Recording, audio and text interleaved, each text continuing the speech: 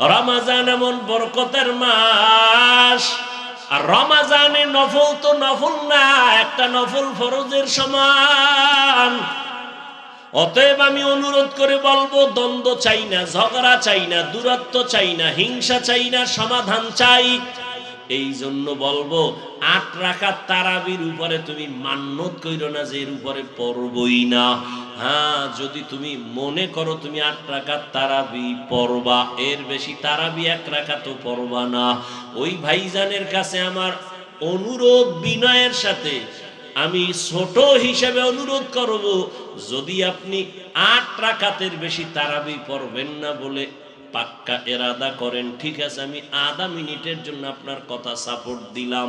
তবে আমার অনুরোধ হলো আপনি 8 রাকাত তারাবি হিসাবে পড়েন, ঠিক আছে, মেনে নিলাম। বাকি 12 রাকাত নামাজও ছাড়িয়েন না, আপনি নফল হিসাবে বাকি 12 রাকাত পড়েন। কারণ রমজানের একটা নফল ফরজের সমান বরকত। আগামী রমজান পাবেন কিনা গ্যারান্টি নাই। জিদ কইরা, রাগ কইরা, অভিমান কইরা আমল থেকে আপনি দূরে সরবেন না, অনুরোধ করে গেলাম। ও আমার যুবক, এই জাহান্নামের ভয়টা যার অন্তরে ঢুকছে, সে স্কুলে পড়িয়াও নামাজ ছাড়ে না।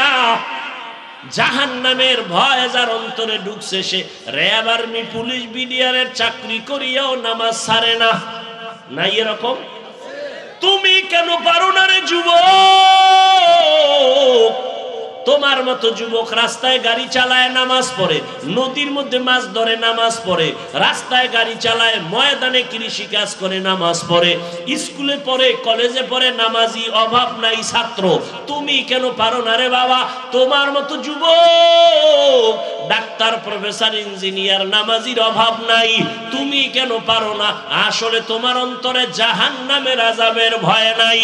রহমতের নবী কান্না করেন, ও আয়েশা, কিয়ামতের দিন এমন ভয়ঙ্কর হালাত হবে, সূর্যের গরমে মানুষগুলো পাগলের মতো হয়ে যাবে। অন্যদিকে জাহান্নামের আওয়াজ, জাহান্নাম চিল্লাইবে আর বলবে, হে আল্লাহ, বেনামাজি গুনাহগার গুলো কই? আমার পেটের ভেতরে দাও, আমার পেটে ক্ষুধা। আল্লাহ বলবে, জাহান্নাম অপেক্ষা করো, বিচার করে নেই। ও পর্দার আড়ালের আম্মা জানেরা, বোনেরা, এগুলো সব জাহান্নামের বয়ান। গুনাহগারের জন্য কেমন জাহান্নাম আল্লাহ বানায় রাখছেন, মারাত্মক। আল্লাহর কোরআন যদি তোমার অন্তর বলে সত্য, গুনাহ নিয়ে কবরে গেলে জাহান্নামের আগুনে জ্বলতে হবে, তাও সত্য। হাসরের মাঠ বড় ভয়ঙ্কর হবে। ও যুবক, এই জমিন হবে কিয়ামতের মাঠেই জমিন, সূর্য নিচে চলে আসবে, আরাফার ময়দান হবে, আল্লাহর বিচার, আল্লাহ আদালত। গুনাহগার হাসরের মাঠে সব নারী পুরুষ উলঙ্গ দাঁড়াবে।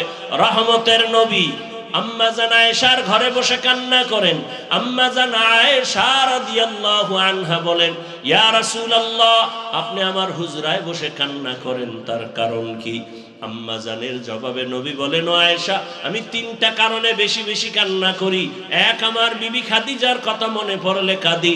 আর এক, আমার তায়েফের ময়দানের কষ্টের কথা মনে পড়লে কান্না করি। আর একটা হলো কিয়ামতের ময়দানের কথা স্মরণ হলে কান্না করি। আমার উম্মতের উপায় কি হবে? হাসরের ময়দানটা তো ভয়ঙ্কর হবে, নারী আর পুরুষ সব উলঙ্গ দাঁড়াবে। আম্মা জান আয়েশা বলেন, ইয়া রাসূলুল্লাহ, নারীরাও উলঙ্গ, পুরুষেরাও উলঙ্গ? বলে, হ্যাঁ। কেউ কি কারো দিকে তাকাইয়া লজ্জা পাবে না রে নবী? মায়ার নবী বলেন, ও আয়েশা, এমন কঠিন হালাত হবে হাসরের ময়দান, একজন আর একজনের দিকে তাকাবারও হুঁশ থাকবে না রে আয়েশা। একটা কথা মনে রাখবেন, ঠান্ডা মাথায় কিছু কথা বলবো, শুনবেন, ভুল হলে আমাকে ধরায় দিন। সবার সামনে আমি তওবা করে নিব। ভুল করার অধিকার আছে সবার, খুব খেয়াল করিয়েন। ভুল সবাই করতে পারে, এই অধিকার আছে। রসুল হাদিসে বলেছেন ভুল সবাই করতে পারে। রসুল কি বলেছেন? পৃথিবীর প্রত্যেকটা মানুষ ভুলের চাদরে আবৃত, তবে ওই ব্যক্তি দামি যে ভুলটাকে স্বীকার করে, তওবা করে। সবাই ভুলের মধ্যে। তবে খেয়াল করবেন, ভুল করতে পারে সবাই, ভুল সবাই করার অধিকার রাখে, কিন্তু ভুল ধরার অধিকার সবাই রাখে না। ভুল সবাই করতে পারবে, সবাই ভুল ধরতে পারবে না। খুব খেয়াল করবেন। 1 মিনিট একটা উদাহরণ দেই। যেমন ইমাম সাহেব নামাজে দাঁড়াইছে মাগরিবের, পেছনে মুসল্লি, মসজিদের বাহিরে চায়ের দোকান, কিছু বেনামাজিরা ওখানে চা টানতেছে, বিড়ি টানতেছে। ও নামাজ লাগে না, নামাজ ছাড়াই ও দিল পরিষ্কার। খেয়াল করবেন, ইমাম সাহেব মসজিদে ঢুইকা বক্স দিয়ে নামাজ শুরু করেছেন। বলুন তো, ইমাম সাহেব নামাজে ভুল করতে পারে কি পারে না? পারে। খুব খেয়াল করবেন। আল্লাহর কুদরত, ইমাম সাহেব সূরা ফাতিহা শুরু করছেন, আলহামদু সূরার মধ্যেই ভুল শুরু হয়ে গেছে, একটা আয়াত হয়ে গেছে। বক্সের আওয়াজ তো চায়ের দোকানেও যায়, যায় না? ওনে যেটি বিড়ি টানে ওটি শুনে ফেলাইছে। কেমন হুজুর যে আলহামদুর মধ্যে ভুল। তো একজনে কয় যে লোকমা দে, কি দিবে? লোকমা। এখন একটা চায়ের কাপ ফালাইয়া জানালা দিয়ে ইমাম সাহেব রেখা, হুজুর কামটা তো ঠিক হয় নাই, লোকমা দিছে। আপনাদের যতটুকু জ্ঞান আছে ধর্মীয় লাইনে, বলুন তো, এই চায়ের দোকানের কোনো ব্যক্তি কি মসজিদের বাহির থেকে লোকমা দেওয়া ঠিক? এটা লোকমা নয়, এটা বেয়াদবি। এটা লোকমা। আচ্ছা, ইমাম সাহেব ভুল করছেন, এখন লোকমা তো দিতে হবে। কারা দিবে লোকমা জানা থাকলে বলেন? মুসল্লিরা। এখন পেছনে মুসল্লি আছে 500, সবাই একটা চিৎকার দিবে জোরে। 100 যদি একটা জোরে সবাই একটা আওয়াজ দিয়ে চিৎকার দেয়, তো চাইয়া দেখবে যে ইমাম সাহেব নাই, হঠাৎ রোগে মরে গেছে। নিয়ম কি? ইমাম সাহেবের পেছনে একজন যোগ্য ব্যক্তি দাঁড়াবেন, এলাকার বড় সুদখোর। কি এলাকার বড় সুদখোর ঘুষখোর হলো সমাজের যোগ্য ব্যক্তি? কি তারা যদি যোগ্য না হয় তো মসজিদের কমিটিতে ঢুকে কেমনে? আল্লাহ হেদায়েত দান করুন। কে দাঁড়াবে? একজন যোগ্য ব্যক্তি। কেমন যোগ্য? যে ইমাম সাহেব যদি কোরআন শরীফ তেলাওয়াতের মাঝখানে কোনো আয়াতের জের জবর পেশের ব্যবধানে অর্থের ব্যবধান হয়, তখন পেছনের একজন আলেম যোগ্য ব্যক্তি সে লোকমা দিবে। এতটুকু বুঝার মতো মেধাওয়ালা আলেম পেছনে দাঁড়াবেন। অথবা নামাজের মাঝখানে ইমাম সাহেবের নামাজটা নষ্ট, পেছনেরটা ঠিক, সামনেরটা মাঝখানে এসে নষ্ট, অজু নেই, কথার কথা। তখন নিয়ম, ইমাম সাহেব পেছনে আসবেন, পেছনের যোগ্য ব্যক্তিকে সামনে দিয়ে দিবেন, সে বাকি নামাজ কমপ্লিট করে ফেলবে। তো যে কথাটা বুঝাতে চাই, যে ইমাম সাহেবকে লোকমা দেওয়ার জন্য পেছনে যোগ্য ব্যক্তি লোকমা দেনেওয়ালা আলেম থাকতে হবে, অন্যরা লোকমা দেওয়া লোকমা নয়, এটা বেয়াদবি। ঠিক আলেমরাও ভুল করতে পারে, আলেমের ভুল আর এক আলেম লোকমা দিবেন। যারা আলেম না তারা যদি লোকমার নামে ফেসবুকে লেখে, এরা সবগুলো বেয়াদব। আলেমের বিরুদ্ধে যারা লেখালেখি করবে এরা কি চূড়ান্ত বেয়াদব। শুধু বেয়াদব না, এরা মা বাবার অভিশপ্ত সন্তান। আল্লাহ এ বেয়াদবির থেকে উম্মাহকে হেফাজত করেন। আর এটা একটা কঠিন ষড়যন্ত্র, বলার সময় নেই। আলেমের বিরোধিতা করা একটা কঠিন ষড়যন্ত্র। কেন? কিয়ামত পর্যন্ত আর 1 সেকেন্ডের জন্য নবীজি আসবেন না, সাহাবায়ে কেরাম আসবেন না, তাবেঈন আসবেন না, আইম্মায়ে কেরাম আসবেন না, ইমাম বুখারী, ইমাম মুসলিম আসবেন না, ইমাম আবু হানিফা, ইমাম শাফি কেউ আসবেন না, বড় বড় আউলিয়ারাও আসবেন না। কিয়ামত পর্যন্ত এই জাতি জান্নাতের সঠিক পথ চাইলে একমাত্র ঠিকানা উলামায়ে আহলে হক। এখনই আলেমের বিরুদ্ধে যদি মানুষের অন্তরে ঘৃণা জমানো যায়, তাহলে মানুষ আর আলেমের কাছে যাবে না, কিন্তু দূর আলেমের কথা ঠিক নেই, তার বয়ানও ঠিক নেই, তার কাছে যাব না, বয়ানও শুনবো না। অটোমেটিকলি মানুষ ইসলাম থেকে পেছনে চলে যাবে। বলতে হবে না বয়ান বন্ধ করো, মানুষের ভক্তি শ্রদ্ধা নষ্ট হবে, আর ওয়াজে আসবে না, বয়ান আস্তে আস্তে বন্ধ হবে। যেমন সকালবেলার মক্তব বন্ধ হয়ে গেছে। বাংলাদেশে দাঁড়িয়ে কোনো হিন্দু, কোনো বৌদ্ধ, কোনো ইহুদি, কোনো খ্রিস্টান বলে নাই মক্তব বন্ধ করে দাও। এমন চক্রান্ত করেছে যে অটোমেটিক মক্তব বন্ধ হয়ে গেছে। সে চক্রান্ত কি?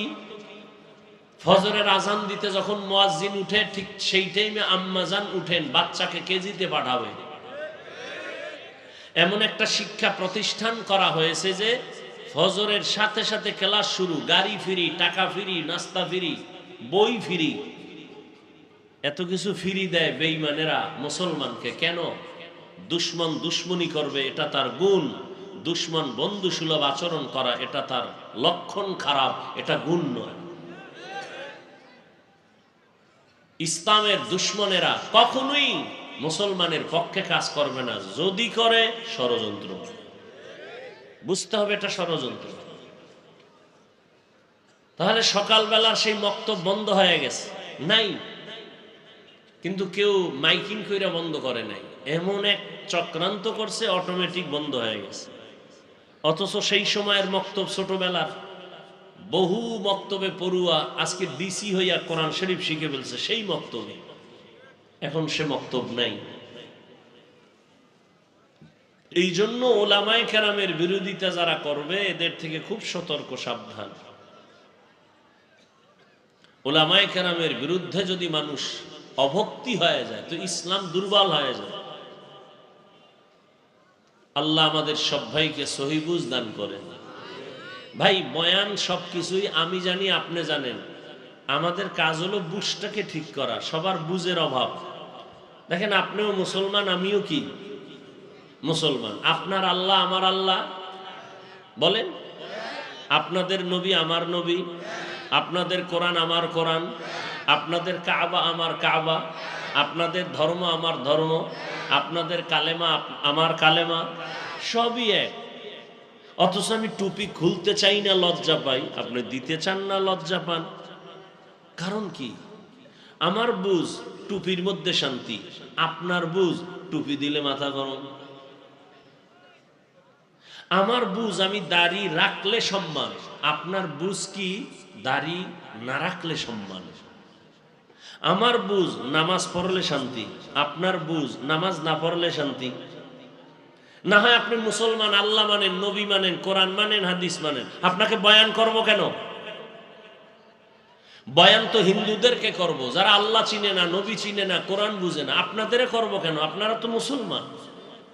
অথচ আপনাকে করব কেন না? আপনার পেছনে ঘুরতে ঘুরতে ঘুরতে ঘুরতে ঘুরতে সারাটা বছর শেষ, না টাইম মতো খানা, না টাইম মতো ঘুম। এই রাতের খানা এখন খাইয়া 2 রাকাত ফরজ নামাজ পড়ে আসলাম, বিতির পরে পড়ব। এই আমি একা, হাজারো হাজারো আলেম এই পিছনে আপনাদের, শুধু আপনাদের পিছনে। তাবলিগওয়ালাদের মেহনত আপনাদের নিয়ে, পীর মাশায়েখের মেহনত আপনাদের জন্য, বক্তাদের মেহনত আপনাদেরকে নিয়ে, জুমার খতিব ও ইমামের মেহনত আপনাদেরকে নিয়ে।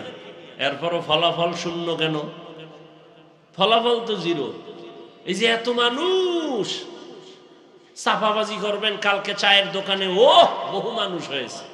কি হবে এই চাপাবাজিতে? অনেক লোক হওয়া সফলতা নয়, ফজরের মসজিদে মুসল্লি হাজির হওয়া সফলতা। তো এত লোক হয়েছে ফজরে মসজিদ খালি, লাভ কি? চাপাবাজি করতে পারবেন, ফলাফল কি? এত লোক এখানে হাজির হয়েছে, আজকে ফজর পড়ে নাই, জোহর পড়ে নাই, আসর পড়ে নাই, মাগরিব পড়ে নাই, এশাও পড়ে নাই।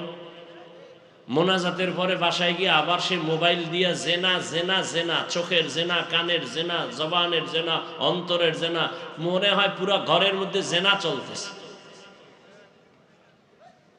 মোবাইলের গুনাহ দেখতে দেখতে চেহারাটা নষ্ট হয়ে গেছে, কোনো চেহারায় নূর নাই, আলো নাই, মায়া নাই। ওদিকে কিডনি দুর্বল এই মোবাইলের কারণে, হার্ট দুর্বল, ব্রেন দুর্বল, চেহারা দুর্বল, শক্তি দুর্বল, কানের পাওয়ার নাই, চোখের পাওয়ার নাই, চরিত্র নাই, লেখাপড়া নাই, চতুর্মুখী বরদোয়ার মাঝখানে বসে আছে মোবাইলওয়ালারা। মাও বরদোয়া করে, বাবাও বরদোয়া করে। কেন? এই মোবাইলকে কেন্দ্র করে বহু সন্তান মায়ের সাথে বেয়াদবি করেছে, বাবার সাথে বেয়াদবি, শিক্ষকের সাথে বেয়াদবি, আলেমের সাথে বেয়াদবি। এক কথায় মোবাইল তোমাকে জাহান্নামে নেওয়া ছাড়া তুমি ঠান্ডা হবে না। দ্রুত জাহান্নামে যাওয়ার একটা মাধ্যম এই মোবাইল। পাগল হয়ে গেছে, মা ছাড়বে, বাপ ছাড়বে, মোবাইল ছাড়বে না। বিয়া শাদিতে এখন উপহার কি দেয়? মোবাইল। জামাইরে মোবাইল দিছে মাইয়ার বাপ, যেন তাড়াতাড়ি সাইট কালেকশন করে ভাগতে পারো। কি পরিমাণ নির্লজ্জ! আল্লাহ হেদায়াত দান করুন। স্ত্রীর হাতে মোবাইল দিছে, খুব দামি, জানো স্ত্রী বিদেশ যাবে তো একটা দামি মোবাইল দিয়ে গেছে, যে তুমি ভিডিও কলে আমার কথা বলার নাম দিয়ে তুমি ভিন্ন দিকে দৌড়াবা, না দিলে বলবে বউ আমি থাকবো না। আল্লাহ আমাদেরকে হেদায়াত দান করেন। আমিনও কয় না, যদি কবুল হয়ে যায়। আপনারা হাসেন, সি আমি হাসির কোনো কথা বলছি? যা বলছি যদি অন্তর ঠিক থাকতো তো কান্না আসতো। লজ্জা শরম চলে গেছে তো এজন্য এখন হাসি আসে, কান্না আসে না। ১৫০০ বছর আগে রসুল বলে গেছেন, যাদের লজ্জা নেই ওদের ঈমান নাই। লা ঈমান লিমান লা হায়া আলা। আল্লাহ সবাইকে কবুল করেন। আমি যে আয়াত পড়েছি তরজমাটা বলে সংক্ষেপ কিছু ব্যাখ্যা, আল্লাহ যদি তৌফিক দান করেন। আর আপনারা আগ্রহে দোয়া করেন, কারণ বক্তার এলেম আমল দিয়ে বয়ান করা যায় না, এটা মিথ্যা কথা। বয়ান হওয়ার জন্য দুইটা পুঁজি লাগে, এক গোপন এক পুঁজি আল্লাহর রহমত, আর এক পুঁজি শ্রোতাদের অন্তরের মুহাব্বত। এই দুই জিনিস এক হলে বয়ান হয়। বয়ান কোন বয়ান? একটা আসামিকে নিয়ে, অন্যায়কারী এক আসামিকে পুলিশে ধইরা থানায় নিছে। এটা কোন থানা? সিরাজগঞ্জ সদর থানায় নিয়া বেতের বাড়ি দিতেছে। অপরাধী কান্না করে না, এমনি চিল্লায় কিন্তু কান্না নাই। হ্যাঁ যুবক, জীবনে মন মতো টাল বাহানা তো বহু করেছো, একটু খেয়াল করো। আমার বয়ানে হেদায়াত আছে, গ্যারান্টি দেওয়ার কোনো সুযোগ নেই। তুমি বয়ান শুনলেই মানতে হবে, তারও কোনো বাধ্যবাধকতা নেই, শুধু শুনো। যুবকটাকে থানায় নিয়ে যখন বেতের বাড়ি দিতেছে, যুবকের চোখে পানি নেই, শুধু চিল্লায়। আর বয়ানের প্যান্ডেলে যখন আল্লাহর প্রিয় বান্দারা বয়ান করে, 200 হাত দূরে বসে এক যুবক কান্না করে, ওরে মারলো কে? এর নাম বয়ান।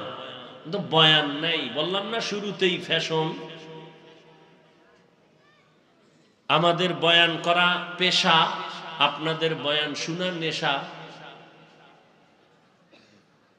বয়ান উপলক্ষে বিশাল মার্কেট, কি নাই? ওই মার্কেটে কি অবাধে মেয়ে ছেলেরা ঘুরতেছে। ওয়াজে আইসা একটা বেলুন কিনছে, বেলুন মোনাজাতের পরে কান্দে ঝুলায় বাড়ি যাইব। ম্যাডাম কইব কি পাইছো? আছে কইছে মোনাজাতে বেলুন কবুল হয়ে গেছে।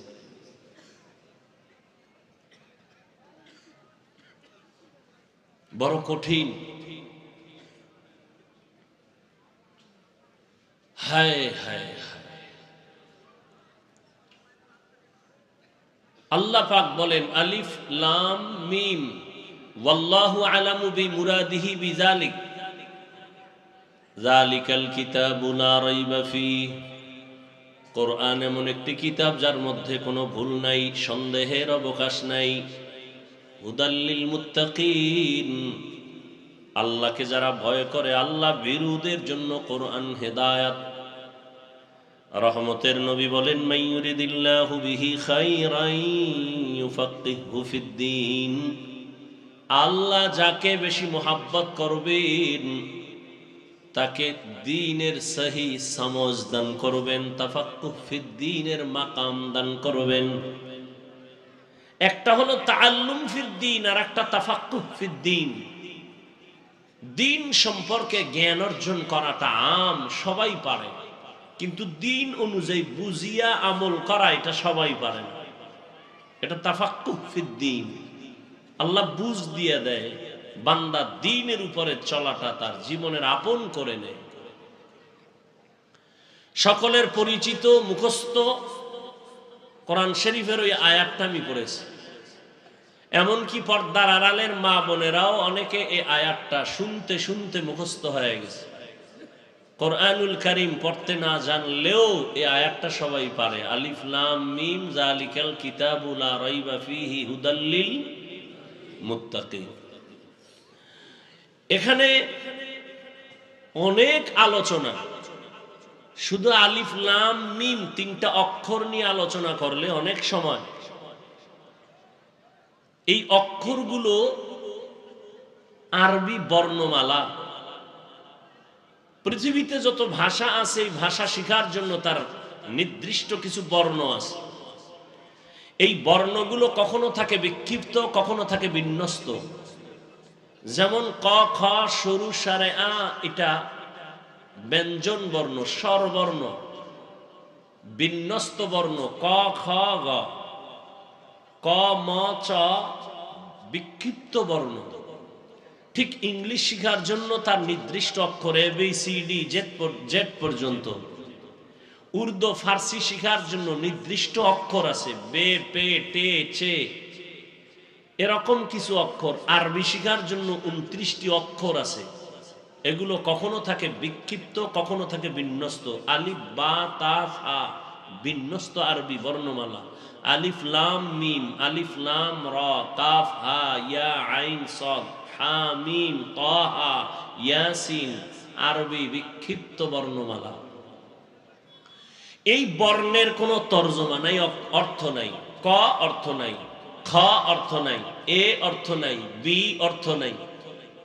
ঠিক আলিফ অর্থ নাই, বা অর্থ নাই, তা অর্থ নাই। হ্যাঁ, মিলাইলে অর্থ হয়। ক ল ম, তিনটা অক্ষর মিললে কি হবে? কলম, লেখার একটা যন্ত্র। তাহলে এই অক্ষরগুলোর অর্থ নাই, এটাই ফাইনাল কথা। পৃথিবীতে যত মুফাসসিরিনে কেরাম তাফসীর লিখেছেন, এই অক্ষরগুলোর নিচে দিয়া সামনে দিয়া লিখেছেন ওয়াল্লাহু আ'লামু বিমুরাদিহি বিযালিক। এই যে তাহা ইয়াসিন আলিফ লাম মিম আলিফ লাম রা, এই অক্ষরের রহস্য আল্লাহ ভালো জানেন, আমি মুফাসসির জানি না।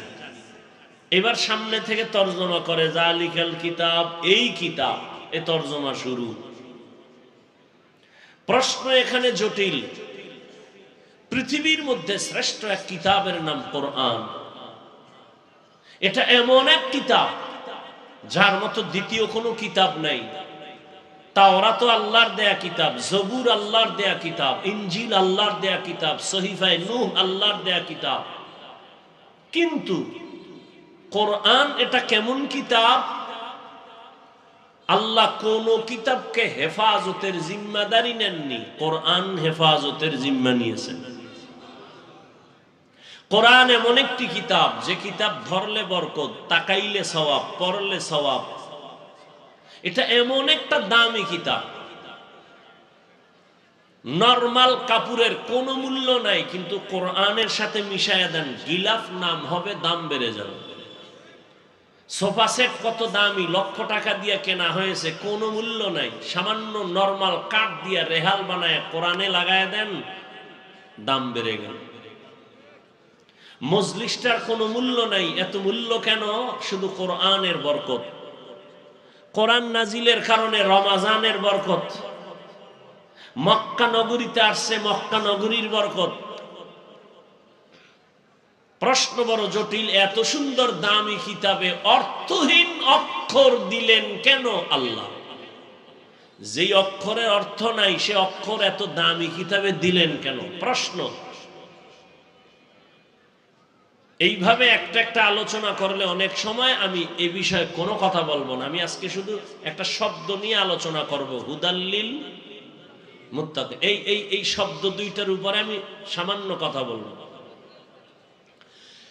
হুদাল্লিল মুত্তাকিনের মূল বিষয় হলো আল্লাহ বুঝাতে চান আমি কোরআন অবতীর্ণ করলাম কেন। এই কেনর জবাব দিয়ে মোনাজাত। আল্লাহ কোরআন অবতীর্ণ করলেন কেন, এই কেনর জবাব দিব। আল্লাহ কেনর জবাবে এখানে বলেন মুত্তাকি যারা তাদের হেদায়েতের জন্য কোরআন দিলাম। আল্লাহ কোরআন অবতীর্ণ করলেন কেন, এই কথার জবাব আরেক আয়াতে আল্লাহ দিয়া বলেন শাহরু রমাদানাল্লাযী উনজিলা ফীহিল কুরআন হুদাল লিন্নাস ওয়া বায়িনাতিম মিনাল হুদা ওয়াল ফুরকান। রমজানে কোরআন অবতীর্ণ করেছি। কেন অবতীর্ণ করলাম? হুদাল লিন্নাস, দুনিয়ার সব মানুষের হেদায়েতের জন্য আমি কোরআন অবতীর্ণ করেছি। একটু আগে আয়াতে বলা হয়েছে আল্লাহ কোরআন দিলেন কেন?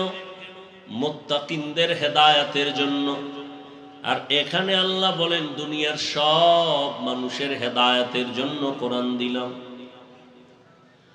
আল্লাহ তাআলা কোরআন অবতীর্ণ কেন করলেন তার জবাবে আর আয়াতে বলেন ওয়ানুনাজ্জিলু মিনাল কুরআন মা হুয়া শিফাউ ওয়া রাহমাতুল লিল মুমিনিন।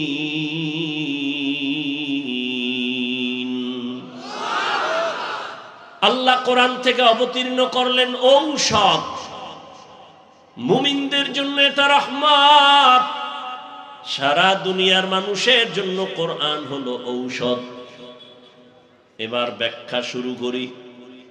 আল্লাহ যে বললেন কোরআন আমি দুনিয়ার সব মানুষের জন্য ঔষধ হিসেবে দিলাম, তাহলে বোঝা গেল দুনিয়ার সব মানুষ রোগী, অসুস্থ। কারণ ঔষধ ভালো মানুষ, সুস্থ মানুষ সেবন করে না। যারা অসুস্থ তারাই তো ঔষধ সেবন করে। আল্লাহ বলেন আমি কোরআন থেকে অবতীর্ণ করলাম ঔষধ, তার মানে দুনিয়ার সব মানুষ অসুস্থ, রোগী। বলে দুনিয়ার মানুষ কেন রোগী? এর জবাব হলো এদের ঈমান নাই। কি নাই? ঈমান নাই। প্রশ্ন, যাদের ঈমান আছে তারাও কি রোগী? বলি হ্যাঁ, তারাও রোগী। কেন? বলে এই সায়েদাবাদের ময়দানে বহু ঈমানওয়ালা বসে আছে, এরপরও তারা রোগী কেন? তাদের আমল নাই। কি নাই? আমলের খবর নাই। অথচ আল্লাহ বলেন আমি মানুষ বানাইছি আমলের পরীক্ষা দেওয়ার জন্য। আল্লাযী খালাকাল মাউতা ওয়াল হায়াতা লিয়াবলুয়াকুম আইয়ুকুম আহসানু আমালা ওয়া হুয়াল আজিজুল গফুর।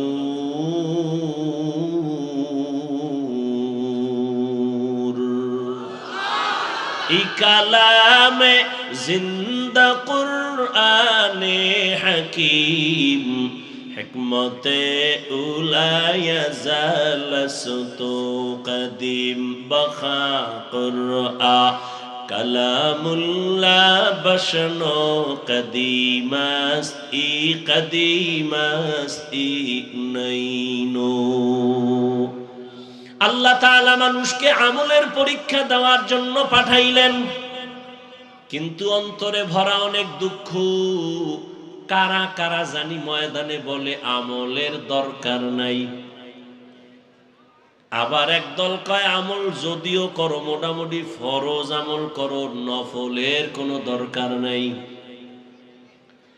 অথচ সামনে আসতেছে রমজান, এমন এক বরকতের মাস, যেই মাসের ব্যাপারে রহমতের নবী দোয়া করছেন।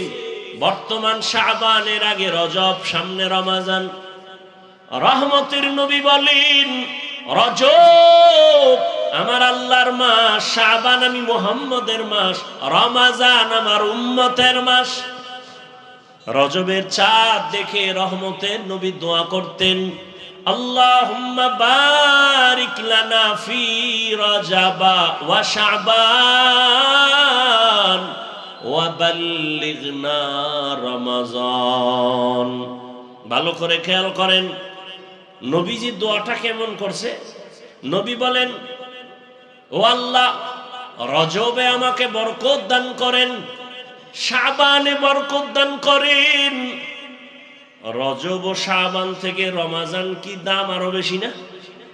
কিন্তু রমাজানে বরকত দান করেন বলে বলেন নাই।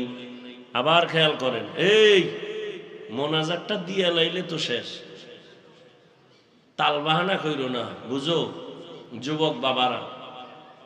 শুরুতেই বলছি, বয়ান বক্তার এলেম আমলের বাহাদুরিতে করা যায় না। আল্লাহর রহমত আর শ্রোতাদের অন্তরের মোহাব্বত লাগবে। এর গজবের মোবাইল নিয়ে ব্যস্ত হলে তুমি কি বয়ান শুনবা? তোমার কপাল এত খারাপ কেন? 24টা ঘন্টাই মোবাইল নিয়ে মরো। মাওলায় বেহেশতের বাগানে নিয়ে আসছে, 2টা ঘন্টা মোবাইল ছাড়া থাকতে পারো না। শয়তানকে এখানেও বিজয় করলা। আল্লাহ হেদায়াত না দিলে করার কি? কপাল যদি হুইরা যায় তো আমি হাফিজুর রহমান কেন, মক্কা মদিনার ইমাম কেন, স্বয়ং রসুল বয়ান করলে ওর কপাল খুলে না। যেই রসুলের চেহারাটা এক নজর দেখবে জাহান্নামের আগুন হারাম। কেমন মায়ার নবী আমার, যেই রহমতের নবীর দিকে তাকাবে পেটের ক্ষুধা থাকে না। কিন্তু কি দুঃখ, একদিন আর দুদিন না, 13 বছর পর্যন্ত রহমতের নবীকে অন্তর ভরে দেখলো, বয়ান শুনলো, কিন্তু এই বেঈমান কালেমা পড়লো না।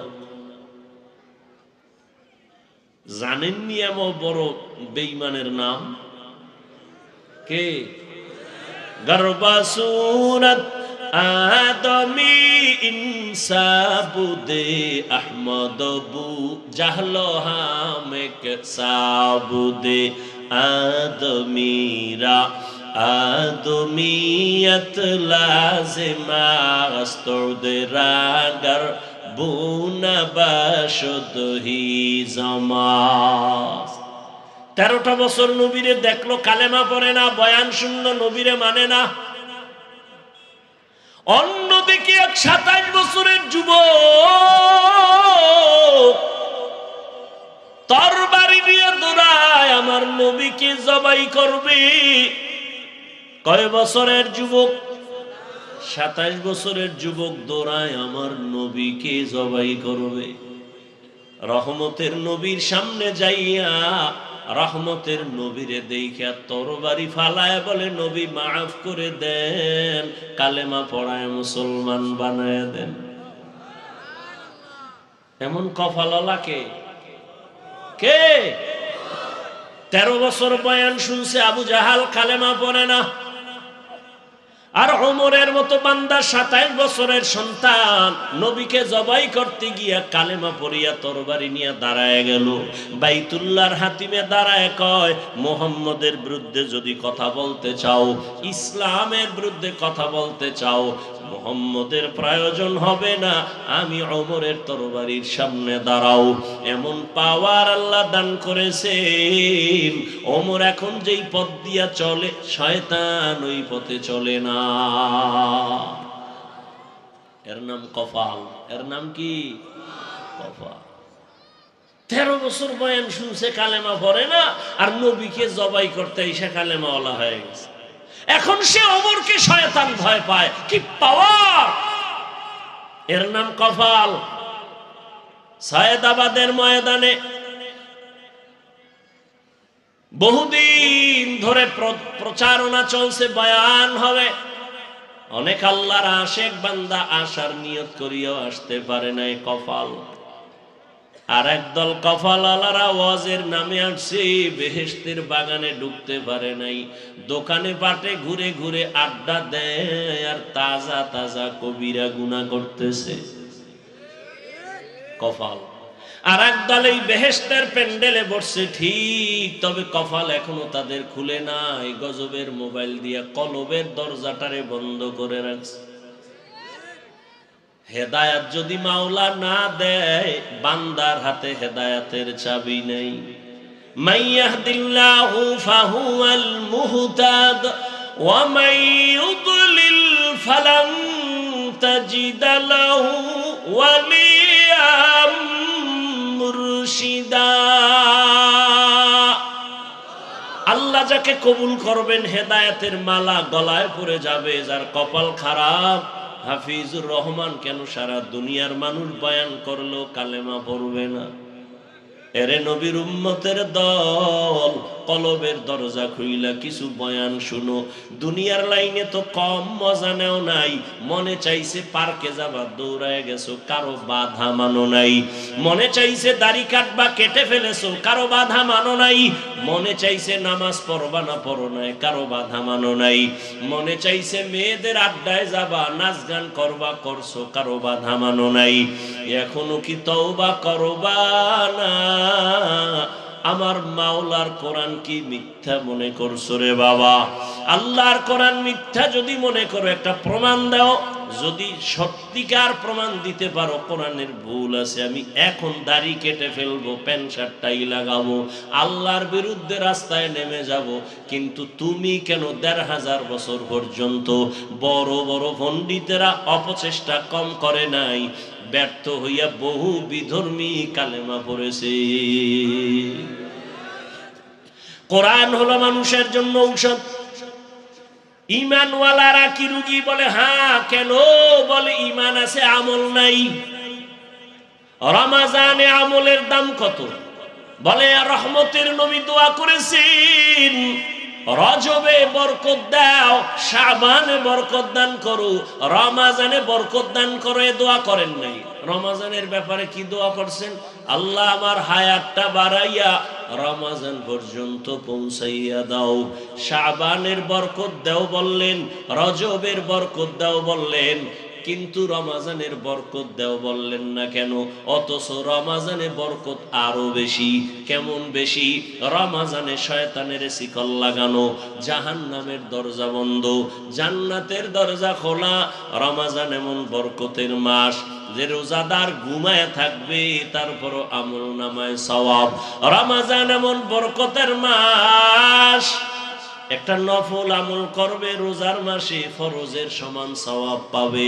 একটা ফরজ আমল করবে, ৭০টা ফরজের সমান সওয়াব পাবে। নবীজি এজন্য রমাজানে বরকত দাও বলে নাই, নবীজি বলছে রমাজান পর্যন্ত পৌঁছাইয়া দাও।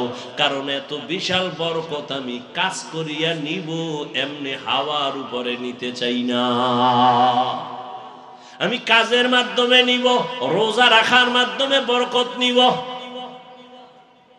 তাহলে রমাজানে নবীজি রমাজানের জন্য দোয়া করছেন, রমাজান যেন পাইয়া মরি।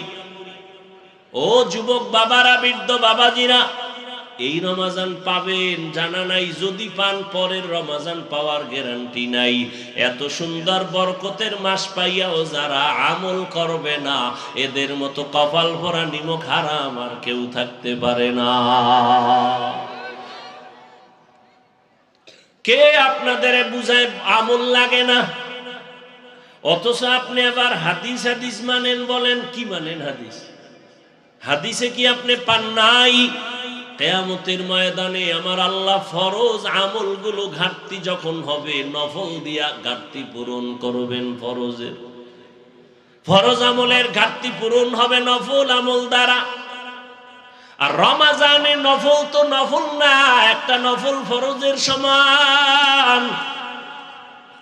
আমলওয়ালা আল্লাহর গোলাম, আল্লাহকে মুহাব্বতের বন্ধনে আকৃষ্ট করার জন্য দুইটা আমল আছে মারাত্মক, যেই দুইটা আমলের দ্বারা আমার মাওলা বান্দার উপরে মায়ার নজর দেন। একটা আমল হলো নামাজ, আর একটা আমল হলো কোরআনের তেলাওয়াত।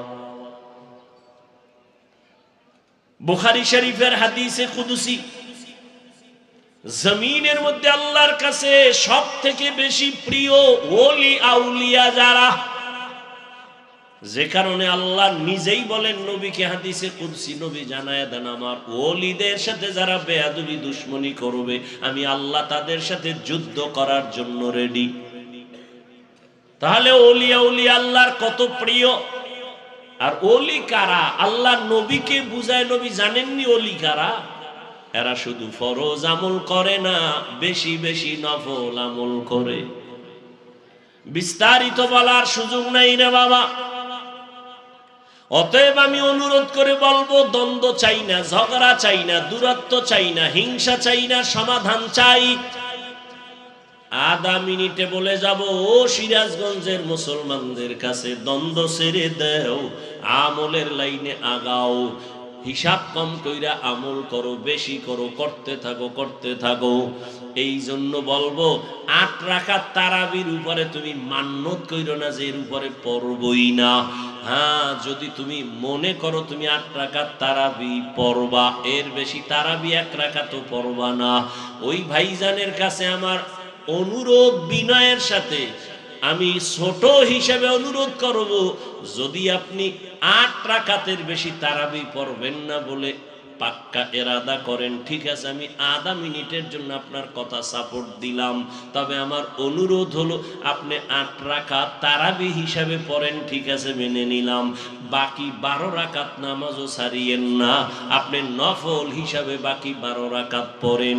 কারণ রমাজানের একটা নফল ফরজের সমান বরকত। আগামী রমাজান পাবেন কিনা গ্যারান্টি নাই। জিদ কইরা, রাগ কইরা, অভিমান কইরা আমল থেকে আপনি দূরে সরবেন না, অনুরোধ করে গেলাম। কার সাথে আপনি রাগ কইরা এরপরে আপনি আমল ছাইরা দিতেছেন? মেনে নিলাম আপনি 8 রাকাত তারাবি পড়েন, আপনার সাথে তর্কে জড়াবো না। বাকি 12 রাকাত নফল হিসেবে পড়েন, ছাড়েন কেন? এই রমাজানের বরকত আরেকবার পাবেন বলে গ্যারান্টি আছে? কার সাথে জিদ করে আমল থেকে দূরে যাচ্ছেন? কার সাথে রাগ করলেন আপনি? মেনে নিলাম আপনার 8 রাকাত, দ্বন্দ্ব নাই, আপনার সাথে তর্ক করে আর আমার সময় নেই। তর্ক করা ভালো না, পরিণাম ফল ভালো হয় না তর্কের কারণে। মেনে নিলাম আপনি 8 রাকাত পড়েন, বাকি 12 রাকাত আপনি পড়েন, নফল হিসাবে পড়েন। আর সে 8 রাকাতই পইরা যদি আবার ভাব থাকে আমি আমি, তো 8 রাকাতও বরবাদ। যদি ভিতরে ভাব আইসা যায় আমি আমি, তাহলে 8 রাকাতও বরবাদ। আল্লাহ হেদায়েত দান করুন। ওয়া নুনাজ্জিলু মিনাল কুরআনি মা হুয়া শিফা। তাহলে ঈমানওয়ালারা রোগী কেন? আমল নাই। এবার এখানে কিছু আল্লাহর বান্দা আছে আমল করে। প্রশ্ন, আমলওয়ালাও কি রোগী? জবাব হলো হ্যাঁ, আমলওয়ালারাও রোগী। কেন? কয় বান্দা আমল করে ঠিক, তবে আমলের মধ্যে তাকওয়া নাই। নামাজ পড়ি মানুষকে দেখাবার জন্য, আল্লাহর জন্য পড়ি না। যাকাত দেই মানুষকে দেখাবার জন্য, আল্লাহর জন্য যাকাত দেই না। দান সদকা করি মানুষকে দেখাবার জন্য, মারহাবা না বললে মনে কষ্ট। তাহলে এই দান তো আল্লাহর জন্য হয় নাই। এই জন্য যাদের আমল আছে তারাও রোগী। ঔষধ হলো কোরআন থেকে নাও। তাকওয়ার অভাবে তোমার আমল দুর্বল। আল্লাহ তাআলা কোরআন অবতীর্ণ কেন করেছেন? আর এক আয়াত আমি মাঝখানে পড়েছিলাম, হুদাল লিন্নাস, দুনিয়ার সব মানুষের হেদায়েতের জন্য কোরআন। এখানেও প্রশ্ন জটিল। যদি সমস্ত দুনিয়ার মানুষের জন্য কোরআন হেদায়েত হয়, দুনিয়ার মানুষ কেন হেদায়েত পায় না? পাইছে সবাই। আর এই মাডের দিফায় না, দুনিয়া বাদ দাও, এই মাঠের সবাই পাইছেন। বিড়ি টানতে টানতে ঢুকছে, বিড়ি টানতে টানতে বাড়ি যাইব, পাক্কা হেদায়েত প্রাপ্ত। তাহলে এই মানুষ হেদায়েত পাইল না কেন? হেদায়ার মালিক আপনার ওয়াদা কই? দুনিয়ার সব মানুষের হেদায়াতের জন্য কোরআন অবতীর্ণ করলেন, দুনিয়ার সব মানুষ কেন হেদায়াত পায় না? এর সংক্ষিপ্ত জবাব, দুনিয়ার মানুষ হেদায়াত কেন পায় না? দুনিয়ার সবাই হেদায়াত চায় না। সবাই হেদায়াত, আবু জাহিল হেদায়াত পায় না কেন বলেন? হেদায়াত চায় নাই। আর ওমরের মতো বান্দা হেদায়াত পাইল কেন? বলে হেদায়াত চেয়ে ফেলেছে। আপনি জানেন মিথ্যা কথা বলা হারাম, জানেন না? এরপরও আপনি মিথ্যা বলেন কেন? আপনি হেদায়াত চান না। আপনি জানেন গালি দেওয়া হারাম, এরপর আপনি গালি দেন কেন? আপনি হেদায়াত চান না। আপনি জানেন গীবত করা হারাম, এরপর আপনি গীবত করেন কেন? বলে আপনি হেদায়েত জেনে শুনে হেদায়েত চান না, চাইলে তো গীবত করতেন না। আপনি জানেন চুরি করা হারাম, ডাকাতি হারাম, সুদ খাওয়া হারাম, ঘুষ খাওয়া হারাম, তাস খেলা হারাম, ক্যারাম বোর্ড হারাম, লুড্ডু খেলা হারাম, নাচ দেখা হারাম, গান শোনা হারাম, মা বাবার সাথে বেয়াদবি হারাম, এরপরও কেন সুদ খান? হেদায়াত চান না। কেন ঘুষ খাইতেছেন? হেদায়াত আপনি চান না। কেন চুরি করতেছেন? হেদায়াত চান না। কেন ডাকাতি করেন, জুলুম করেন? হেদায়াত আপনি চান না। কেন আপনি জুয়া খেলেন? কেন মদের বোতল নিয়ে দৌড়ান? কেন নেশা পান করেন? আপনি হেদায়াত চান না। এজন্য আল্লাহ আপনাকে হেদায়াত দেয় না। আপনি যদি চাইতেন তাহলে আল্লাহর কাছে বলতেন, আলেমদের কাছে দোয়া চাইতেন, হুজুর আমি যেন নামাজ পড়তে পারি, আমি যেন মিথ্যা থেকে বাঁচতে পারি, আমি যেন হারাম থেকে বাঁচতে পারি। এমন কুলাঙ্গার এই জমিনের মানুষ যে এমন অবস্থা হলো, নিজে হারাম খাইয়া মরলে তো এক ঝামেলা শেষ, কিন্তু না, ঘরের বিবিটাকেও মুসিবতে ফেলে মরে যায়। সন্তানগুলো লজ্জায় কারো সামনে মুখ দেখাইতে পারে না, কারণ বাবা এত জালেম, ওর সন্তান কেউ পছন্দ করে না। বাবা হারাম টাকা দিয়া সন্তানকে খাওয়াইয়া বড় বানাও, সন্তানের অপরাধ কি? তাকে হারাম খাওয়াও কেন? তোমার স্ত্রীর অন্যায় কি? তারে কেন হারাম টাকা দিয়া তুমি সংসার চালায় তারে খানা দিয়া রক্ত নাপাক করো? আল্লাহর আদালতে করায় গন্ডায় হিসাব দিতে হবে। আল্লাহ হেদায়াতের জন্য কোরআন দিলেন, দুনিয়ার সবার পায় না কেন? দুনিয়ার মানুষ হেদায়াত চায় না। আসেন আমার প্রথম আয়াতে, হুদাল্লিল মুত্তাকিন, আল্লাহ কোরআন অবতীর্ণ করেছেন মুত্তাকিন যারা, তাদের হেদায়াতের জন্য। এখানেও ভালো করে একটু খেয়াল করেন, মুত্তাকি কারা? যাদের মধ্যে থাকবে তাকওয়া। তাকওয়া মানে আল্লাহর ভয়। তাকওয়া মানে কি? আল্লাহর ভয়। আমি যদি আপনাদেরকে এখন প্রশ্ন করি, এই ময়দানে আপনারা কারা কারা আল্লাহকে ভয় করেন, যদি জিজ্ঞাসা করি, সবাই হাত উঠাবে না? সালাক দুই একটা থাকলে না জানে এবার পা দুইটা উঠাইয়া দেয়, চার হাত পা আল্লাহরে ভয় করে। অথচ যেই বান্দা নামাজ পড়ে না সেও বলে আমি আল্লাহকে ভয় করি, যে রোজা রাখবে না সেও বলে আল্লাহকে ভয় করি। কেমন নিমক হারাম খায়, রোজা রাখলে আমার অসুস্থতা বেড়ে যায়। অথচ চিকিৎসা বিজ্ঞানীরা কি বলে? হুজুর্গ কথা মানবা না, কপাল খারাপ। চিকিৎসা বিজ্ঞানীরা কি বলে? রোজা সুস্থ থাকার মহা ঔষধ রোজা। আর তুমি বানাইছো এটা অসুস্থ হওয়ার একটা মাধ্যম। এজন্য তো রসুল সোমবার, বৃহস্পতিবার সপ্তাহে রোজা রাখতেন। কষ্ট আপনি অভ্যাস করেন, দেখবেন শরীরের ব্যালেন্স ফিরে আসবে, সুস্থতা ফিরে আসবে। মানুষের শারীরিক সুস্থতার এক মহা ঔষধের নাম রমাজানের রোজা। শুধু রমাজান কেন, অল টাইম রোজা রাখবেন। এই শাবানে রসুল রোজা রাখছেন, সোমবার বৃহস্পতিবার রসুল রোজা রাখতেন। দেখেন রোজা রাখলে অনেক লাভ। আল্লাহ তৌফিক দান করেন। তো সবাই বলে আমি আল্লাহকে ভয় করি, যারা সুদের সাথে জড়িত তারাও বলে আল্লাহকে ভয় করি, যারা পর্দা করে না তারাও বলে আল্লাহকে ভয় করি। আমি নামাজ পড়ি, আমি বলি আল্লাহকে ভয় করি। আমি হালাল খাই বলি আল্লাহকে ভয় করি। দুই ভয় সমান? আপনার ভয়টা আসলে ভয় না, ভয়ের ব্যাখ্যা কি? কয়েকজনে সাপ দেখলে ভয় পায়, তার বাস্তবতা কি বলে? সাপ যেখানে থাকবে সেখানেও যাবে না। মাঝে মাঝে ঘুমের মধ্যে চিৎকার দেয় সাপ সাপ বলিয়া, কারণ সাপের ভয় বেশি। একটা সন্তান মা বাবাকে ভয় করে, অন্যায় করে না। একটা ছাত্র শিক্ষকের ভয় করে, অন্যায় করে না।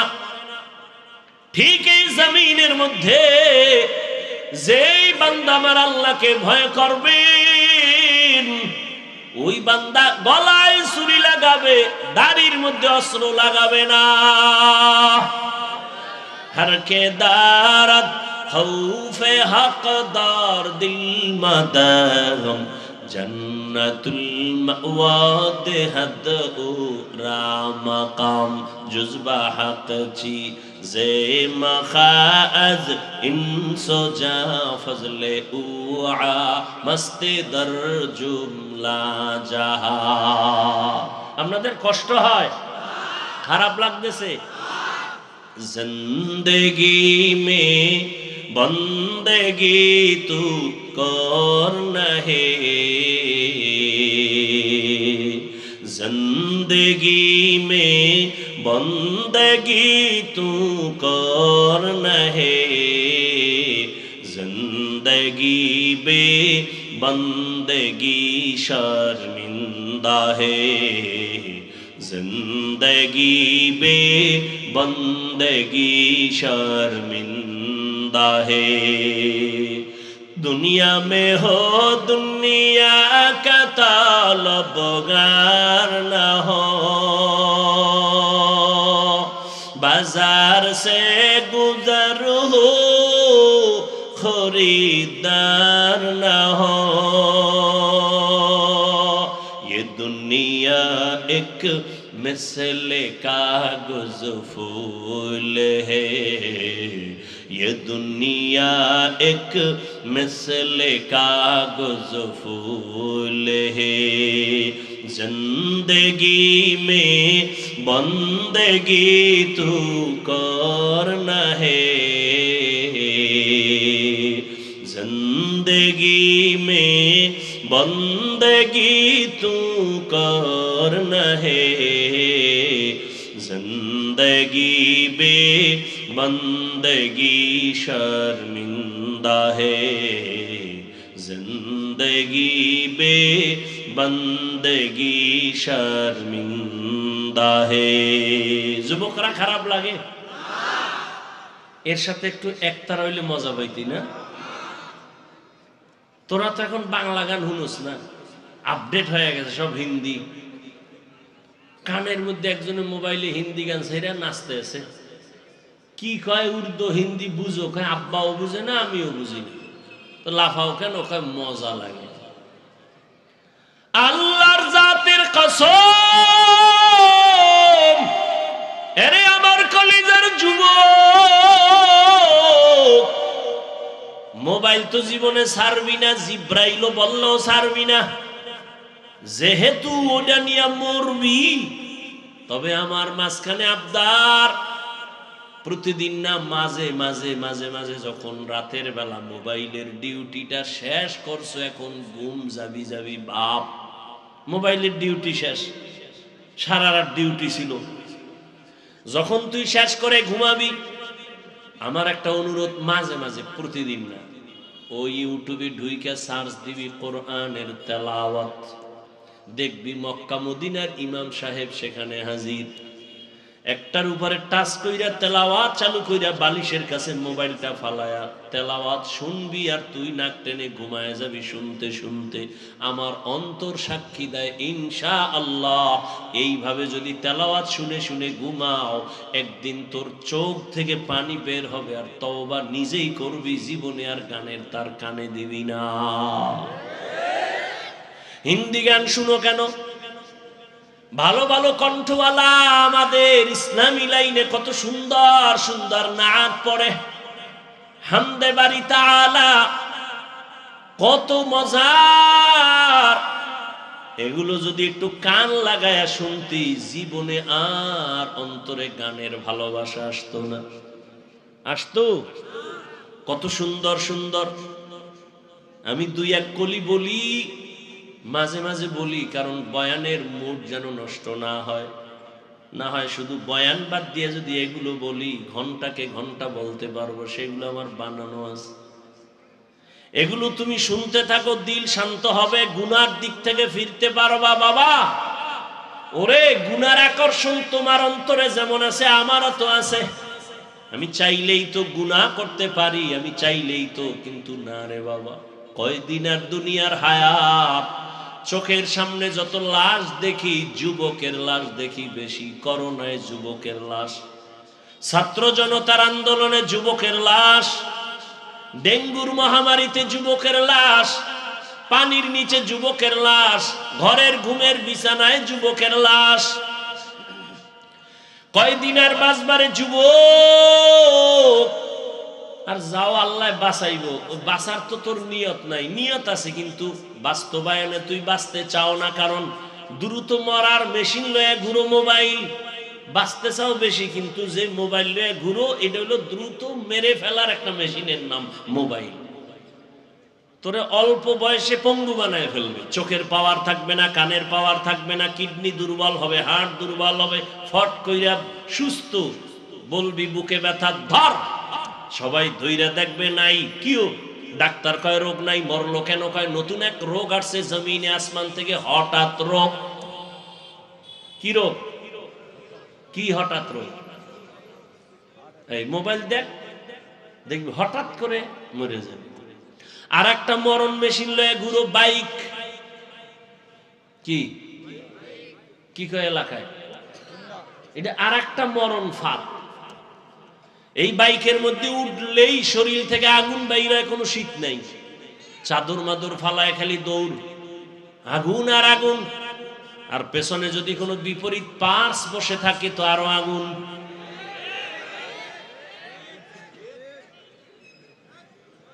সকাল 10টায় ঘুম থেকে উঠে আম্মু, কি আমি একটু যমুনার পারে যাব। কেন? বলে আমার বন্ধু ডাকছে, দেখা করে চলে আসব। কয় টাইম লাগবে? বলে 1 ঘন্টা। মা বলে দ্রুত চলে আসবি। বাইকটায় উঠে দৌড়। মায়ের কান সজাগ, বাবা আমার 1 ঘন্টা টাইম দিছে। ঘন্টা পেরিয়ে 2 ঘন্টা হলো, সন্তানের খবর নাই। 3 ঘন্টায় গিয়া মায়ের অন্তরে একটা বাড়ি মারছে। মোবাইলটা হাতে নিয়ে টেলিফোন করলো, সন্তানের মোবাইলে রিং হয়, কেউ ধরে না। কয়েকবার দেওয়ার পরে হঠাৎ করে কে যেন রিসিভ করে বলে, কে তুমি? বলে আমি মোবাইলওয়ালা ছেলের মা। ওর বাবা নাই, আছে, দাও। বাবারে যখন দিছে, দেখো কে তোমার ছেলের মোবাইলটা ধরছে, তাড়াতাড়ি ধরো। ধরার পরে বলে, কে তুমি? বলে মোবাইলওয়ালার বাবা। বাসা কই তোমার? কয় সৈয়দাবাদের পাশে। কয় দৌড় দাও। যমুনার গোল চক্করের মধ্যে হুন্ডা এক পার্শ্বে পড়ে আছে, তোমার সন্তান আর এক পার্শ্বে লাশ হয়ে আছে, রক্তক্ষরণ হচ্ছে। তাড়াতাড়ি লাশটা নিয়ে যাও, দেরি করিও না, তাড়াতাড়ি নিয়ে যাও। বানায় বলতেছি। ও যুবক, বাঁচতে চাও অনেক দিন, কিন্তু দ্রুত মরণের মেশিন লয়ে ঘুরো রে বাবা। কে তোমাকে বুঝাবে? যে বুঝাইতে যায় তাকে তুমি দুশমন মনে করো। সিরাজগঞ্জ জেলার ঘটনা বলবো না। এক যুবক সন্ধ্যাবেলা হিসাব বাবাকে বলে, আমারে 10,000 টাকা দাও। বাবায় বলে দিব না। বাবায় জানে এখন টাকা দিলেই ও নেশা করে, আড্ডায় যাবে, নেশা করবে। বাবায় কইছে যখন দিব না, সন্তান তখন রাগে আইসা বাবারে মায়ের শুরু করেছে। মারতে মারতে বাবাকে রক্তাক্ত করে। মা আসছে ফিরাইবার জন্য, মাকেও লাথি মেরেছে। শেষ পর্যন্ত ঘর থেকে বের হইয়া বাইকটা নিয়ে বের হয়ে গেল। মা দরজা আটকাইয়া মাওলারে কয়, আল্লাহ ওই সন্তান আর আমার ঘরে ফিরাইয়া দিও না, আমার দরকার নাই, এখানে মইরা যাব। তারপরে এই সন্তানের মা ডাকার শুনতে চাই না। একজন আল্লাহর ওলি আমাকে ঘটনা বলছেন। তিনি কয়েক মাস আগে দুনিয়া থেকে বিদায় হয়ে গেছেন। বাংলাদেশের একজন বড় বুজুর্গ আল্লাহওয়ালা। ওই আল্লাহওয়ালার ভক্তবৃন্দ ওই নাটোর সিরাজগঞ্জে হাজারো হাজার, অভাব নাই। এরে আল্লাহর বান্দা, ভালো করে বুঝো, এখনো সময় আছে, তওবা করে নেও। এই যে আমি এতক্ষণ বয়ান করতেছি, অনেকে কি কি জানি ভাবতেছো না, আমি কিন্তু একবারও বলি না সব হুজুর হয়ে যাও, একবারও বলি না আমার মতো পাঁচকল্লি টুপি লাগাও। আমি কওমি মাদ্রাসার তাজা সন্তান, একবারও বলি না তুমি কওমি মাদ্রাসায় যাও। আমি তাবলীগের লাইনের সন্তান, একবারও কিন্তু বলি না তুমি তাবলীগে যাও। আমি পীর সাহেবের মুরিদ। আমি শুধু মুরিদ না, বাংলাদেশে যারা পীর মুরিদি ওলিয়া উলিয়া মানে না তাদেরকে আমি চ্যালেঞ্জ দিয়েছি, আল্লাহর জাতের কসম, যারা বলে পীর আউলিয়া মানে না, ওরা কোরআন মানে না, বুখারী মানে না, ওরা এমন ভণ্ড, ওদের যারা ভণ্ড বলবে না তারাও ভণ্ড। যারা ওলিয়া উলিয়া মানে না, ওরা কোরআন মানে না, বুখারী মানে না। কিন্তু আমি একবারও কাউকে বলি নাই তুমি পীরের কাছে যাও। তাহলে আমি এত চিল্লাইয়া বয়ান করার মূল টার্গেটটা কি আমার? 1 মিনিট পরে আমি বলতেছি, যুবক বাবারা, তুমি স্কুলে পড়ো, কলেজে পড়ো, চাকরি করো, ব্যবসা করো, কোনো বাধা নাই রে বাবা।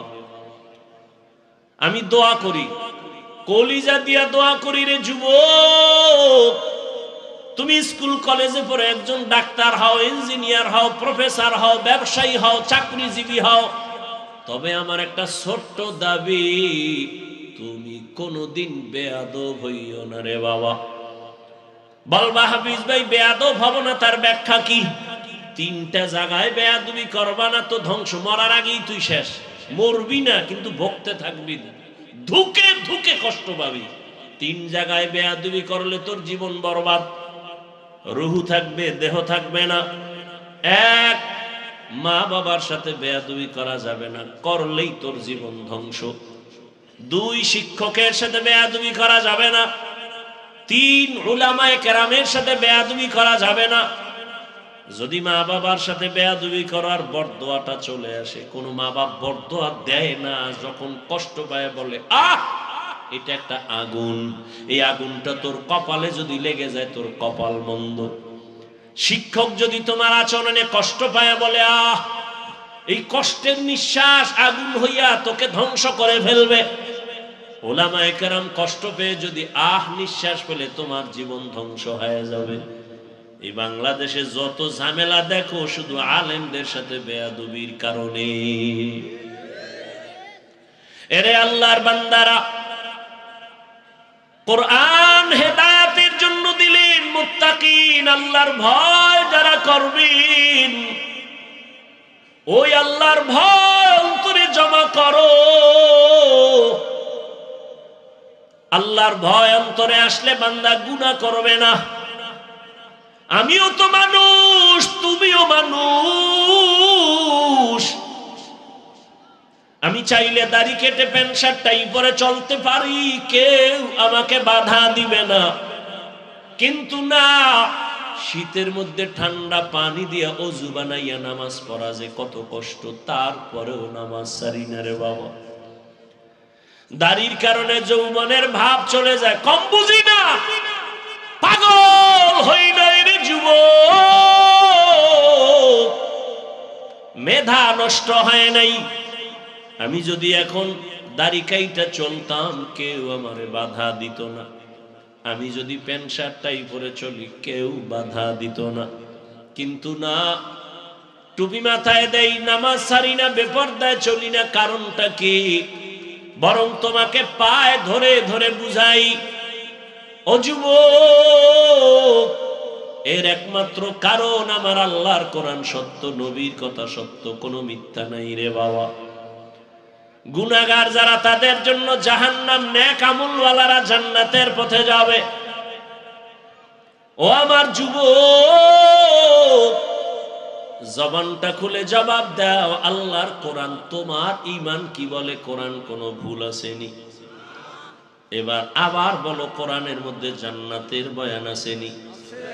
বলো, কোরআনে জাহান্নামের বয়ান আসেনি? কে জান্নাতে যাবে, কে জাহান্নামে যাবে আল্লাহ তাও বলেছেন, ইন্নাল আবরারা লাফি নাঈম ওয়া ইন্নাল ফুজ্জারা লাফি জাহিম। নেক আমলওয়ালারা জান্নাতি, গুনাহগার যারা তারা জাহান্নামী। জান্নাতটা কেমন আরামের ঘর আল্লাহ তাও কোরআনে বয়ান করেছেন। জান্নাতিন তাজরি মিন তাহতিহাল আনহার। জাহান্নামটা কেমন ভয়ঙ্কর আল্লাহ তাও বয়ান করেছেন। ওয়াইলুল লিকুল্লি হুমাযাতিল লুমাযা আল্লাযী জামাআ মালান ওয়া আদ্দাদা ইয়াহসাবু আন্না মালাহু আখলাদা কাল্লা লা ইউনবাযান্না ফিল হুতামা ওয়া মা আদরাকা মাল হুতামা নারুল্লাহিল মুকাদা। ও যুবক, মোবাইলে বাংলা কোরআন ডাউনলোড করো না, জীবনভর তো খালি আকামি করলি। ভালো দিয়ে একটা কাজ কর, বাংলা কোরআন লেখা কোরআন মোবাইলে ডাউনলোড কর। মাঝে মাঝে রাতের বেলা শুয়া শুয়া কোরআন শরীফের বাংলা তরজমা দেখবি। মাঝে মাঝে ওয়াইলুল লিকুল্লি হুমাযা সূরাটার তরজমা পড়। আবার একদিন সময় পাইলে আরেকটা সূরা পড়ো, আল কারিয়াতু মাল কারিয়া ওয়া মা আদরাকা মাল কারিয়া। আর একদিন সময় পাইলে আবার আরেকটা সূরার বাংলা তরজমা পড়িও, কুল ইয়া আইয়ুহাল কাফিরুন লা আ'বুদু মা তা'বুদুন। আর একদিন সময় পাইলে পড়িও, ইযা যুলজিলাতিল আরদু জিলজালাহা ওয়া আখরাজাতিল আরদু আসকালাহা। আবার একদিন সময় পাইলে আর একটা সূরার তরজমা বাংলায় পড়ো, আলহাকুমুত তাকাসুরু হাত্তা যুরতুমুল মাকাবির। এগুলো সব জাহান্নামের বয়ান। গুনাহগারের জন্য কেমন জাহান্নাম আল্লাহ বানায় রাখছেন, মারাত্মক। আল্লাহর কোরআন যদি তোমার অন্তর বলে সত্য, গুনাহ নিয়ে কবরে গেলে জাহান্নামের আগুনে জ্বলতে হবে তাও সত্য। হাসরের মাঠ বড় ভয়ঙ্কর হবে। ও যুবক, এই জমিন হবে কিয়ামতের মাঠেই জমিন। সূর্য নিচে চলে আসবে, আরাফার ময়দান হবে আল্লাহর বিচার আলায় আদালত। গুনাহগার হাসরের মাঠে সব নারী পুরুষ উলঙ্গ দাঁড়াবে। রহমতের নবী আম্মা জান আয়েশার ঘরে বসে কান্না করেন। আম্মা জান আয়েশা রাদিয়াল্লাহু আনহা বলেন, ইয়া রাসূলুল্লাহ, আপনি আমার হুজরায় বসে কান্না করেন, তার কারণ কি? আম্মা জানের জবাবে নবী বলেন, ও আয়েশা, আমি তিনটা কারণে বেশি বেশি কান্না করি। এক, আমার বিবি খাদিজার কথা মনে পড়লে কাঁদি। আর এক, আমার তায়েফের ময়দানের কষ্টের কথা মনে পড়লে কান্না করি। আর একটা হলো কিয়ামতের ময়দানের কথা স্মরণ হলে কান্না করি। আমার উম্মতের উপায় কি হবে? হাসরের ময়দানটা তো ভয়ঙ্কর হবে, নারী আর পুরুষ সব উলঙ্গ দাঁড়াবে। আম্মা জান আয়েশা বলেন, ইয়া রাসূলুল্লাহ, নারীরাও উলঙ্গ পুরুষেরাও উলঙ্গ? বলে, হ্যাঁ। কেউ কি কারো দিকে তাকাইয়া লজ্জা পাবে না রে নবী? মায়ার নবী বলেন, ও আয়েশা, এমন কঠিন হালাত হবে হাসরের ময়দান, একজন আর একজনের দিকে তাকাবারও হুঁশ থাকবে না রে আয়েশা। ও আমার যুবক, এই জাহান্নামের ভয়টা যার অন্তরে ঢুকছে, সে স্কুলে পড়িয়াও নামাজ ছাড়ে না। জাহান্নামের ভয় যার অন্তরে ঢুকছে, সে র্যাব, আর্মি, পুলিশ, বিডিআরের চাকরি করিয়াও নামাজ ছাড়ে না। নাই এরকম? তুমি কেন পারো না রে যুবক? তোমার মতো যুবক রাস্তায় গাড়ি চালায়, নামাজ পড়ে, নদীর মধ্যে মাছ ধরে, নামাজ পড়ে, রাস্তায় গাড়ি চালায়, ময়দানে কৃষি কাজ করে, নামাজ পড়ে, স্কুলে পড়ে, কলেজে পড়ে, নামাজি অভাব নাই ছাত্র। তুমি কেন পারো না রে বাবা? তোমার মতো যুবক ডাক্তার, প্রফেসর, ইঞ্জিনিয়ার, নামাজির অভাব নাই। তুমি কেন পারো না? আসলে তোমার অন্তরে জাহান্নামের আযাবের ভয় নাই। রহমতের নবী কান্না করেন, ও আয়েশা, কিয়ামতের দিন এমন ভয়ঙ্কর হালাত হবে, সূর্যের গরমে মানুষগুলো পাগলের মতো হয়ে যাবে। অন্যদিকে জাহান্নামের আওয়াজ, জাহান্নাম চিল্লাইবে আর বলবে, হে আল্লাহ, বেনামাজি গুনাহগার গুলো কই? আমার পেটের ভেতরে দাও, আমার পেটে ক্ষুধা। আল্লাহ বলবে, জাহান্নাম অপেক্ষা করো, বিচার করে নেই। ও পর্দার আড়ালের আম্মা জানেরা, বোনেরা, আপনাদের মতো কত মা, কত বোন এখনো আছে বেপর্দায় চলে না, নামাজ ছাড়ে না, মোবাইলে সময় নষ্ট করে না। এরে আম্মা জান, আপনারা কেন পারবেন না? একটা নেককার সন্তান জমিনে রেখে যান। সন্তানটাকে ডাক্তার বানাবেন, তবে দাবি বেয়াদব যেন না হয়। আপনার সন্তানের ব্যবহারে মা বাবা, শিক্ষক, আলেম ওলামা কখনো যেন কষ্ট না পায়। সন্তানটাকে আদর্শওয়ালা ইঞ্জিনিয়ার বানায় যান।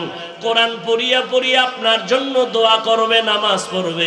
ডাক্তার হলেও নামাজ পড়বে, আপনার জন্য দোয়া করবে। এরে মা, এখনো তওবা করেন, জীবনে আর বেপরদায় চলবেন না, স্বামীর মাল নষ্ট করবেন না, মোবাইলে সময় অযথা কাটাবেন না, 5 ওয়াক্ত নামাজ পড়বেন, আল্লাহর কাছে দোয়া করবেন, সন্তানটাকে আদর্শওয়ালা বানানোর মেহনত করবেন। আপনাদের কারণেই তো দুনিয়ায় সন্তান ভালো ভালো সন্তান আসছে। এ দুনিয়ায় মায়ের বরকতেই সন্তান ভালো, এ কারণে মায়ের মূল্য অনেক বেশি। এই স্টেজের ভেতরে কয়েকটা ছেলের মাথায় আমরা পাগড়ি দিলাম, কোরআনের হাফেজ। এদের সিনার মধ্যে কোরআনটা জমা হয়ে গেছে। এদের মা বাবার জীবন বড় ধন্য। এরে আম্মা জানেরা, তওবা করেন, আর গুনাহ করবেন না, নামাজ ছাড়বেন না, বেপরদায় চলবেন না, মা বাবার দোয়া নিয়ে চলবেন, স্বামীর মাল হেফাজত করবেন। ও বৃদ্ধ বাবাজিরা, তওবা করেন। আপনার মতো কত বুড়ারা মসজিদে গিয়া নামাজ পড়ে, আপনি কেন পারেন না? ও আমার যুবক বাবারা, এখনো সময় আছে, মা বাবার দোয়া নিয়ে সামনে আগাও। তোমার মতো যুবক যদি স্কুল কলেজে পড়ে, জেনারেল লাইনে থাইকা দিনের পথে চলে, নামাজ পড়ে, মনেরে বুঝাইয়া তওবা করো, আর মনে মনে আল্লাহকে ডাকো, হেদায়ার মালিক, জীবনে তো গুনাহ কম করি নাই, নামাজ কম সারি নাই, আজকে থেকে তওবা করে ফেললাম, আর নামাজ ছাড়বো না, বেপরদায় চলবো না, দাড়ি কাটবো না, মা বাবার সাথে বেয়াদবি করবো না। ওলামায়ে কেরামের পরামর্শ নিয়া, শিক্ষকের দোয়া নিয়া, নবীর আদর্শ মেনে চলবো, আল্লাহর ভয় তাকওয়ার উপরে চলবো, গুনাহ মুক্ত হইয়া নবীর তরিকা মানবো। তওবা যদি করতে পারো, আল্লাহ পাক এখন তোমার জীবনের সব গুনাহগুলো মাফ করে দিবেন। তওবার নিয়ত যাদের আছে জানি না, শুরুতেই বলেছিলাম, কপাল যদি খারাপ হয়, নবীজির বয়ান শুনিয়াও আবু জাহাল কালেমা পড়ে না, আর যদি কপাল খুলিয়া যায়, নবীকে জবাই করতে আসিয়াও কালেমাওয়ালা হয়। জানি না এই ময়দানে আবু জাহালের মতো শক্ত অন্তরওয়ালা কারা, কার কপালে তওবা নসিব হবে না, আবার কারা যেন ওমরের মতো অন্তর নিয়ে পড়ছে, গুনার কথা স্মরণ করে এমন ভাবে তওবা করবে, আজ থেকে আর নামাজ ছাড়বে না, ফজরে মসজিদে গিয়া হাজির হয়ে যাবে। তওবার মতো যদি কারো অন্তর তৈরি হয়, মুনাফিকি যদি অন্তরে না থাকে, খাঁটি তওবার নিয়ত যাদের আছে, আল্লাহর কাছে দুটো হাত উঁচু করে দেখাইয়া দাও, আয় আল্লাহ আমাদের তওবা কবুল করে নেন, আয় আল্লাহ মাহফিল কবুল করে নেন, আয় আল্লাহ আমরা তওবার নিয়তে হাত তুলেছি, কারো হাত খালি ফিরাইয়া দিয়েন না, আয় আল্লাহ 5 ওয়াক্ত নামাজি বানায়া দেন, তওবার উপরে মরণ পর্যন্ত নবীর আদর্শ মেনে চলার তৌফিক দান করেন, আমিন। আলহামদুলিল্লাহি রাব্বিল আলামিন, ওয়াসসালাতু ওয়াসসালামু আলা সাইয়্যিদিল আম্বিয়া ওয়াল মুরসালিন ওয়া আলা আলিহি ওয়া আসহাবিহি আজমাইন, ইয়া আরহামার রাহিমিন, ইয়া আরহামার রাহিমিন।